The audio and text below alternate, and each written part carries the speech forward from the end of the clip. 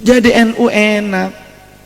Kenapa ada orang sampai ada yang bertanya pada Gus Baha, dosen ke Gus Baha nanya, Gus, Anda itu alim luar biasa, tapi kenapa Anda masih jadi NU saja, katanya begitu.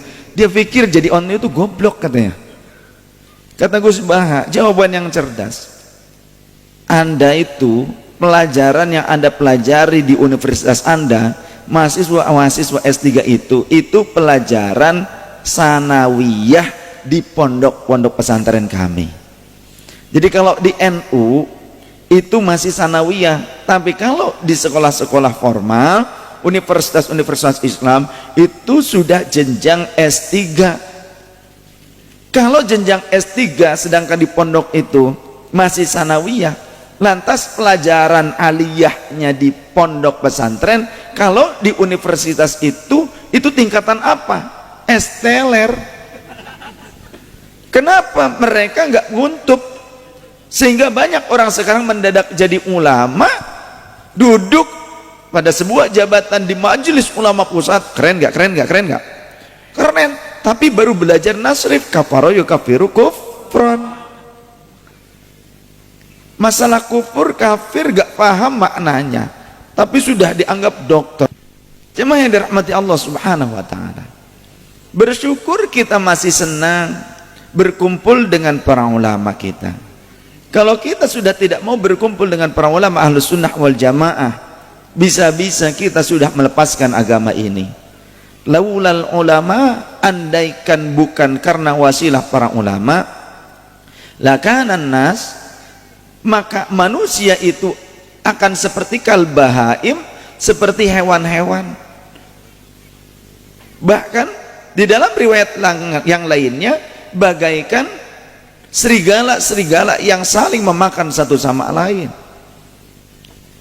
Tidak setiap orang yang berpakaian ulama lantas masuk ke dalam kategori ulama. Tidak setiap orang yang pandai bicara lantas dikategorikan ulama. Tidak setiap orang yang hafal Quran lantas dikategorikan ulama. Tidak setiap orang yang menggadang-gadang dirinya seperti ulama atau sebagai ulama itu dikategorikan secara hakikiyah sebagai ulama. Tidak langsung secara mutlak seperti itu. Karena orang yang hafal Quran sekalipun ternyata terbagi menjadi 3 kategori. Tsumma awrathnal kitaba alladzina astafaina min ibadina faminhum zalimun li nafsihi wa minhum muqtasid wa minhum sabiqun bil khairati bi idznillah. Al-ayah wallahu wa rasuluhu a'lam bi muradi wa makna.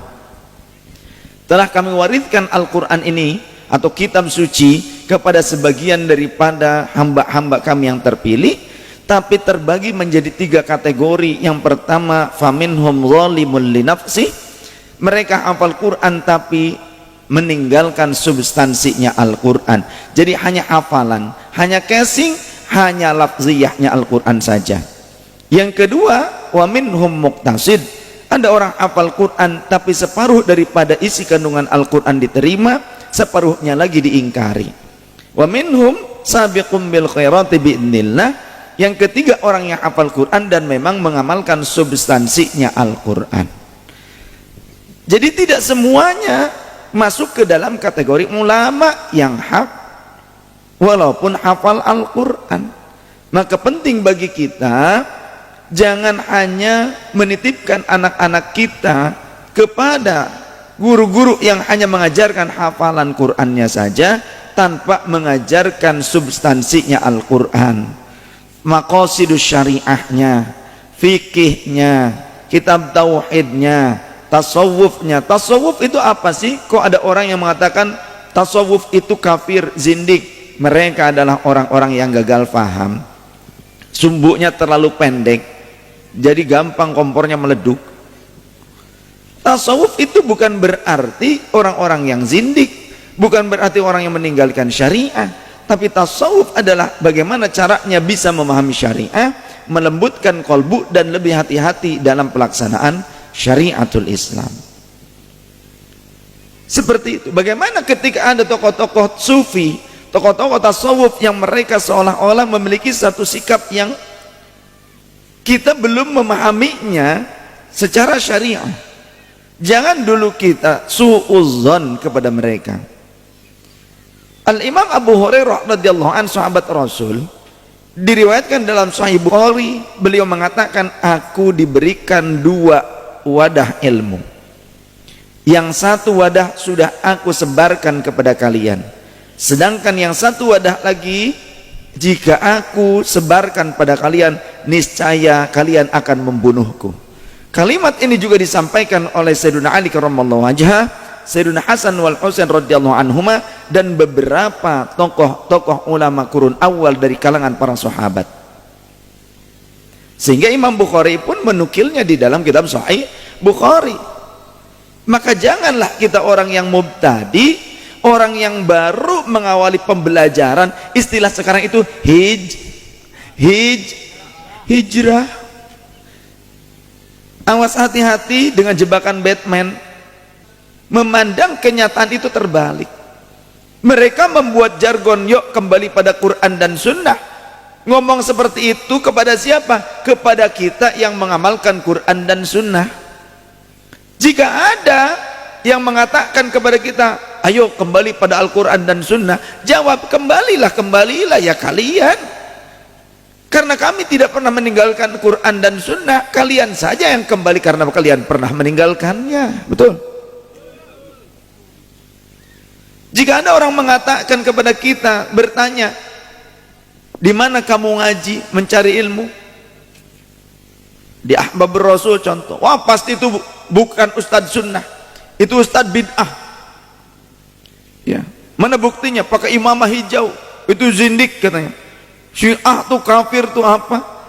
Langsung membuat fitnah seperti itu.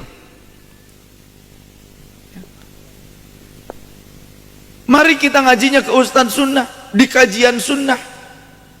Menurut mereka demikian. Kita jawab, kami ngaji bukan di kajian Sunnah, tapi di kajian wajib. Ngaji apa Sunnah apa wajib? Bilang kami nih kajiannya kajian wajib, bukan kajian Sunnah. Tapi ada yang lebih wajib, thalabud duit, faridatun ala kulli muslimin wa muslimatin. Masih kurang, fa amma overtime sunnatun muakkadatun liman istata'a ilaihi sabila. Jadi bukan haji ternyata, thalabud duit pun overtime liman istata'a ilaihi sabila. Itu sunnah muakkadah, hampir sama dengan kurban kira-kira. Ya ini buat Johnny Jongos Nippon sama Jongos Korea. Ngaku bener nggak? Ngacung, coba ngacung mana? Anak wonge teka, masya Allah, alhamdulillah, gak apa-apa lah. Sing penting masih seneng ngaji. Ntar dulu minum jahe dulu. Aduh. Sahabat-sahabatku yang dirahmati Allah Subhanahu wa taala. Mereka mengaku paling Qur'ani, mereka mengaku paling sunnati, tapi mereka justru menyalah-nyalahkan perkara yang ada di dalam Al-Qur'an.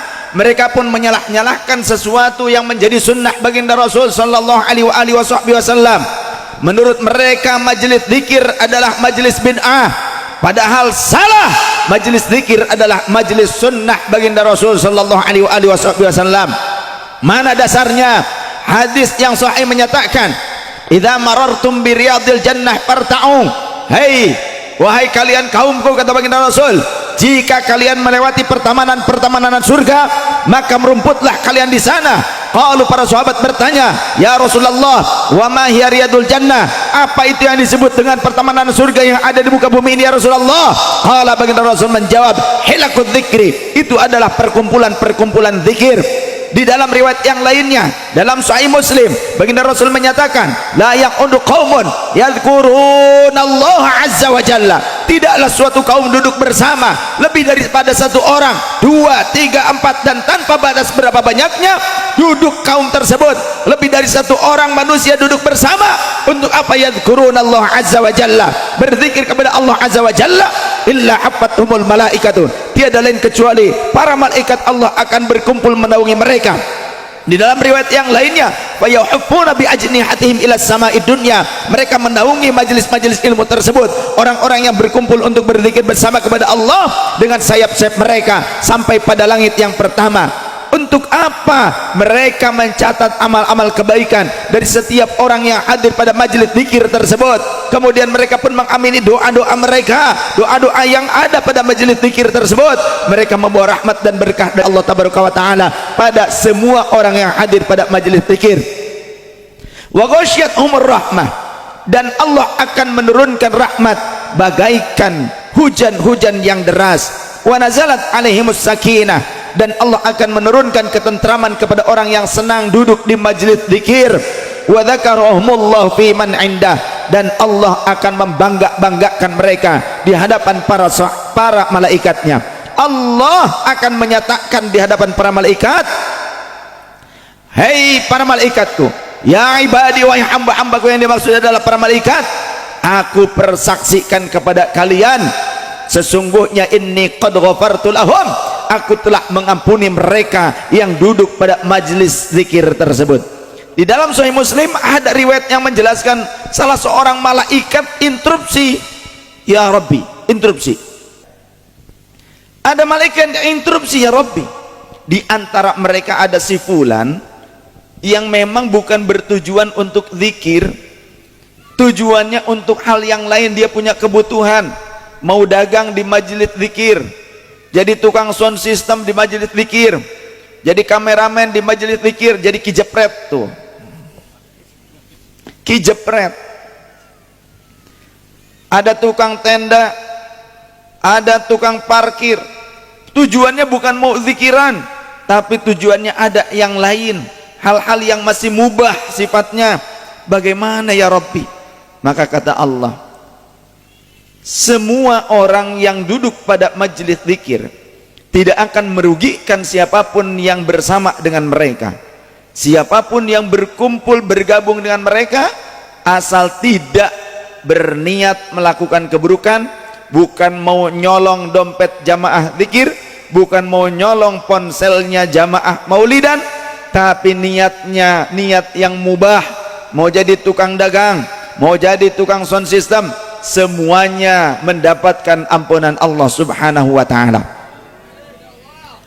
Jadi sangat beruntung kalau kita adalah orang yang istiqamah, duduk berjalan, kita kemudian duduk di majelis-majelis zikir, walaupun bacaannya sama, tetap setiap ngumpul zikirannya itu saja.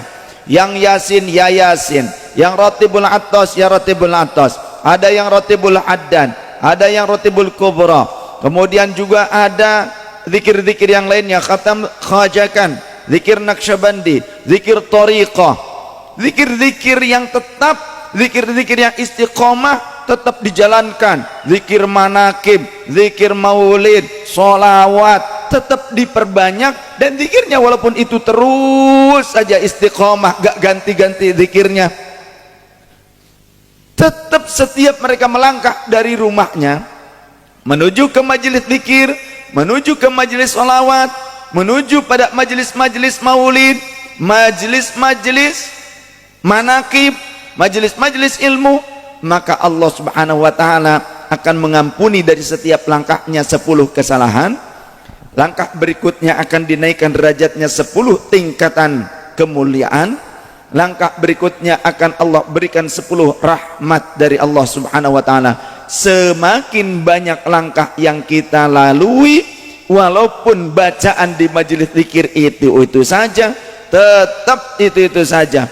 Ngaji kitab yang tipis, contoh Qurratul Uyun, Uqudul Jen, kitab-kitab atau Fathul Izar, urusan-urusan rumah tangga, dibolak-balik sampai 300 kali khataman, tapi nggak laku-laku. Insya Allah minimal dapat ampunan Allah, dinaikkan derajatnya, lalu diberikan limpahan rahmat dari Allah. Ada pertanyaan, tapi kok nggak laku-laku? Insya Allah bagi seorang mukmin yang di dunia tidak menikah tapi tetap takwa, nanti di surga, nanti di akhirat akan Allah nikahkan dengan orang yang meninggal juga dalam keadaan bujang yang lainnya. Jadi yang di sini sama-sama jombloan dan jomblowati, insyaallah di surga nanti ketemu.